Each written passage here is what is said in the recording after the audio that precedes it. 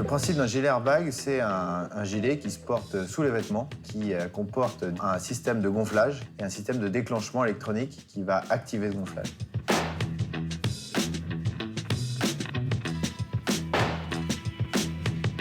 Dans le ski, on protège le thorax, les cervicales, la colonne vertébrale, le bas de la colonne vertébrale et on va jusque sur les hanches.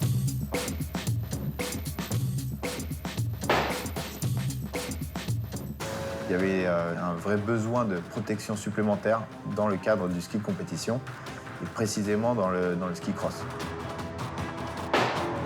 Le système est porté en permanence par les skieurs de compétition. Il y a 7 nations qui utilisent le système depuis 2 ans, en ski alpin également, en Coupe d'Europe et puis en FIS, donc les plus jeunes.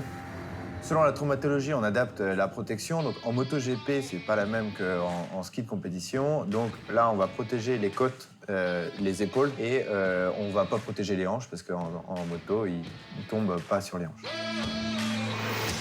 On a un boîtier électronique qui est dans le dos et qui mesure le mouvement en permanence.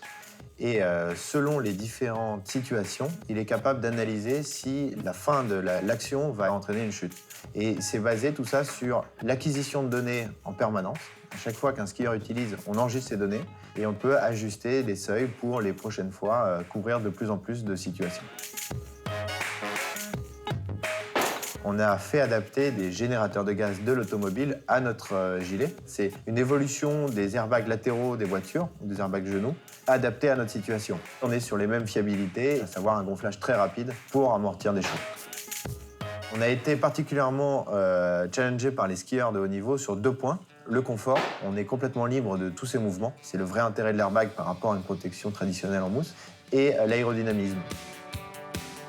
À terme, on va pouvoir avoir un boîtier électronique qui va passer d'une application ski à une application moto, par exemple. Et le boîtier électronique peut être reconfiguré d'un sport à l'autre. Et on a une application smartphone qui, demain, permettra d'ajuster justement un peu comme on règle ses fixations de ski, selon si on est plutôt sportif ou si on est plutôt précautionneux.